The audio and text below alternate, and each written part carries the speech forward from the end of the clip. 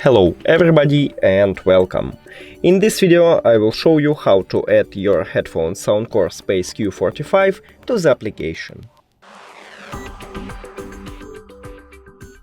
You have to start by open settings, go to Bluetooth or connected devices if you have Android, and if you have Android, click then pair new device.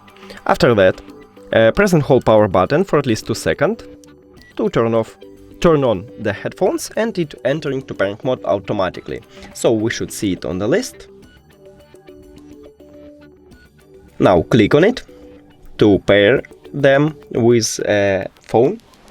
Now hide the settings and open the application. Click Add Device, choose Headphone,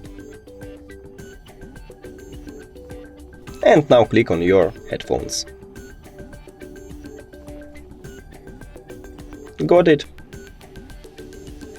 Cancel. And we did it. Thank you for watching this video. If you found it helpful, please consider subscribing to channel and leave the like on the video. It's really important to us. See you later.